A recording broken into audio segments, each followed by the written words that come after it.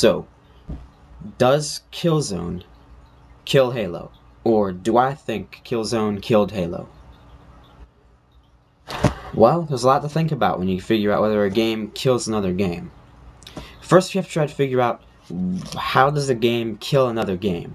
And now, do you mean just Halo 2? Does it kill Halo 3? Do you mean does Halo 2 kill Halo ODST? Or do you mean that, does Killzone 2 kill Halo ODST? Or do you mean does Killzone kill Halo, like, the entire franchise? Well, I know different people have different questions, so I'll try to kind of address all of that. But let's go back to the beginning to start off with. Of course, first you have Halo 1. While Halo 1 came out significantly before Killzone 1 came out, so you can't really compare Halo 1 to Killzone 1, you know, because they just came out too far apart. With that said, you can talk about the reception that the games got and what people thought of them. Now, I'm not going to get into sales that much, because sales are not the most important thing. All of these games sold at least pretty well. Some of the games sold incredibly well, but it's not that important. Now, Halo, as you can see, got tons of Game of the Year, tons of perfect ratings. IGN said stuff like Microsoft created the Xbox original so we could have games like Halo. So it was the game that defined the original Xbox. So obviously, the makers of Killzone, now, from what I know, the makers of Killzone never said that they were going to set out to kill Halo. But the fanboys of the PlayStation 2 said Killzone would kill Halo.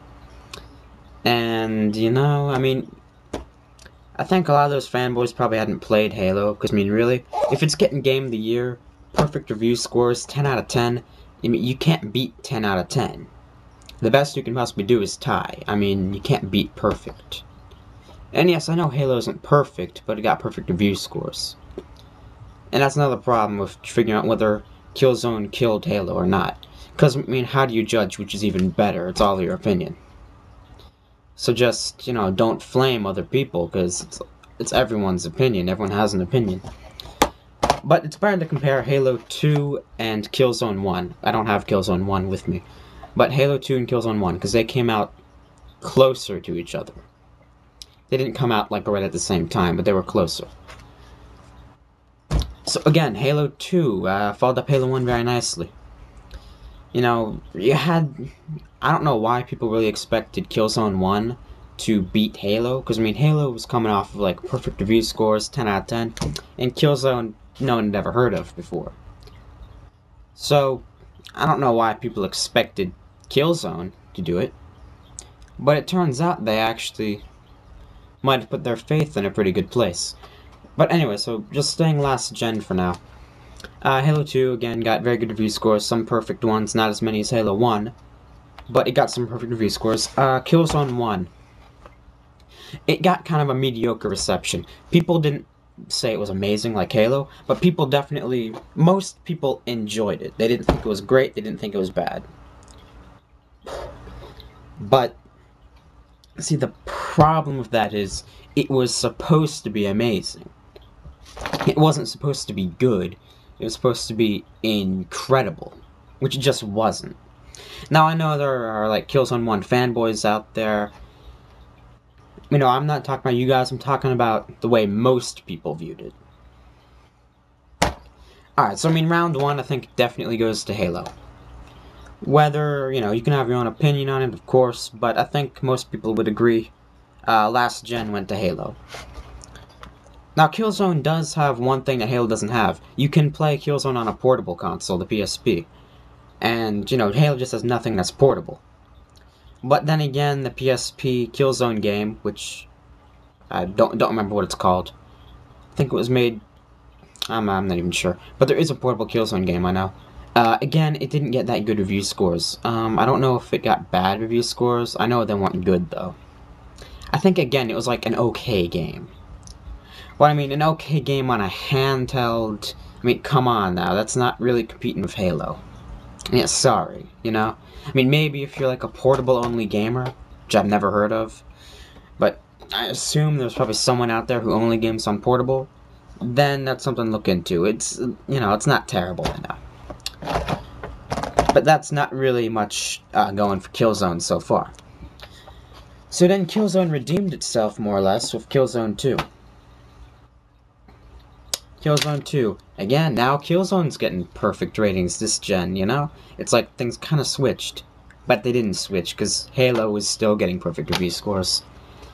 However, Killzone was received incredibly well. Average review score is about 9 out of 10, which is what I would consider a must-buy if you have a PS3.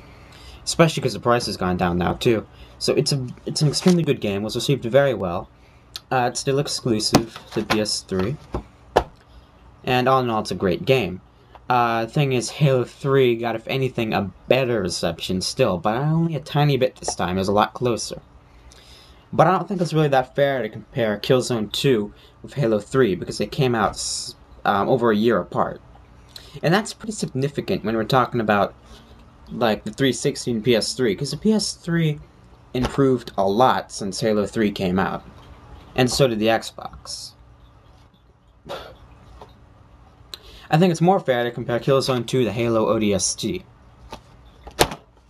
Now, so who wins there?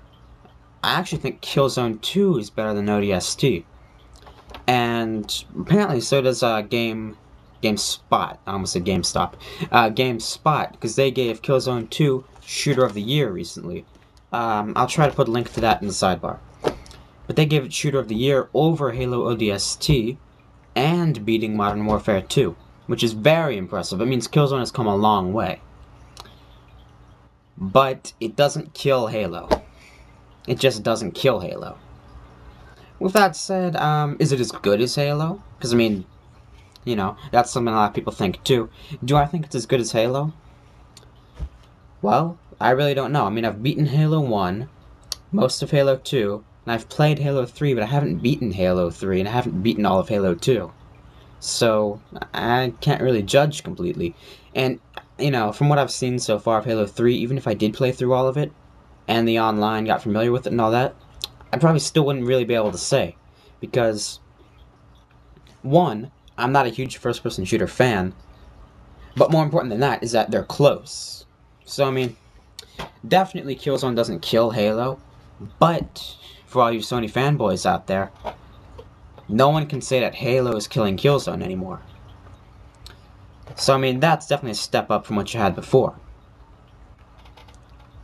So, really, you gotta give Sony some credit. Because they have made a game that can stand up to Halo. It might not be quite as good, but it's a very small difference. And there are plenty of people who like Killzone 2 more than Halo. It's a really big pat on the back to Sony. Good job, nice try. But for now, Round 1, last gen, went definitely to Halo. Round 2, might not be decided yet, you never know. There might be another Killzone game coming out this gen. I kinda doubt it in some ways, but you never know. But for now, Round 2 is real close, alright?